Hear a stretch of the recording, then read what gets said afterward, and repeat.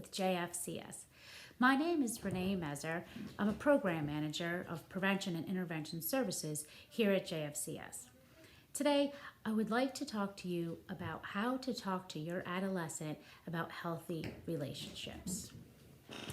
The first thing I want to start off by saying is, even when you think your adolescents aren't listening, they are. They hear us, even when it looks like they're not paying attention or listening to us. I've worked with adolescents here at JFCS for 18 years now, and time after time of asking kids who influences you the most in your life, the answer fails to ever be anything but my parent or parents. So hang in there and know that even when it looks like they're not listening to us, just keep dropping those seeds. They hear you. So lots of times parents will say, but how do I start the conversation? I don't know how to really, broach certain subjects with my kids. So my first tip for you guys is don't wait until it's imperative to be having the conversation. You don't want to have a conversation about a healthy relationship when you have to have it, when you're concerned that maybe your young person is in an unhealthy situation. What you want to do is think about the things you want them to know and the information you want them to have, and sprinkle it into conversations whenever you can so that the conversation never feels detrimental. So sprinkling it in naturally, what do I mean?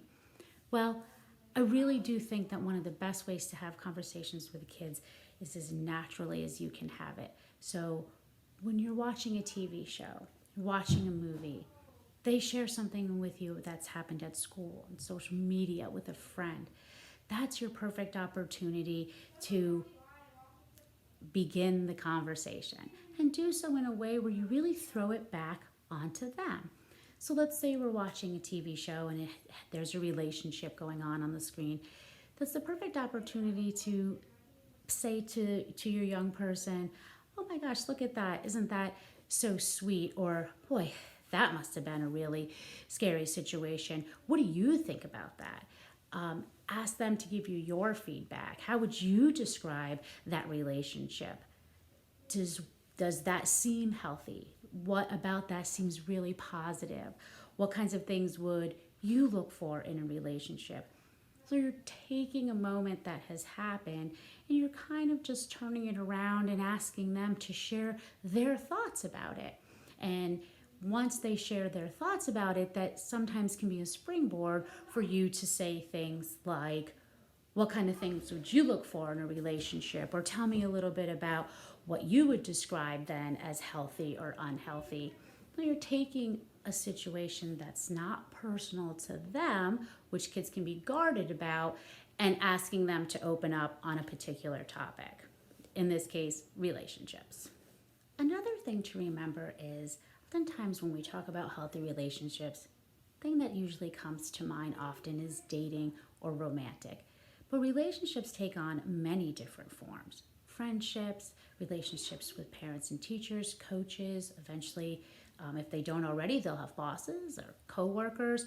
And so if you feel like the conversation could be more natural for you and maybe a little less uncomfortable or embarrassing for your young person, you could have a conversation about what makes a relationship healthy and unhealthy, even by using examples around friendship, which many kids will engage in. And again, plenty of examples during TV or movie time, many examples on social media. And for those of you who do have kids that talk and share with you, sometimes they will share stories about friends or someone they know. And that's a great time to sort of ask them their thoughts about their friends' relationships and what parts of those relationships do they think are healthy or unhealthy, and what would they want to have in a partner when it was their turn. So what is a healthy relationship? Healthy relationships are relationships that are fair, equal, and balanced. It's important to let our young people know that when they're in a relationship, it should feel equal. That one person should not have more control or power over the other. Both partners in the relationship should have a feeling of equality. 5 characteristics that every young person should look for in a relationship are mutual respect, trust, honesty, communication, and understanding. That's all the information that I have for you today. I hope you found this Clicks video to be informative and helpful in some way. And my final thought that I'm going to leave you with is, remember, our kids are always listening, so just keep talking.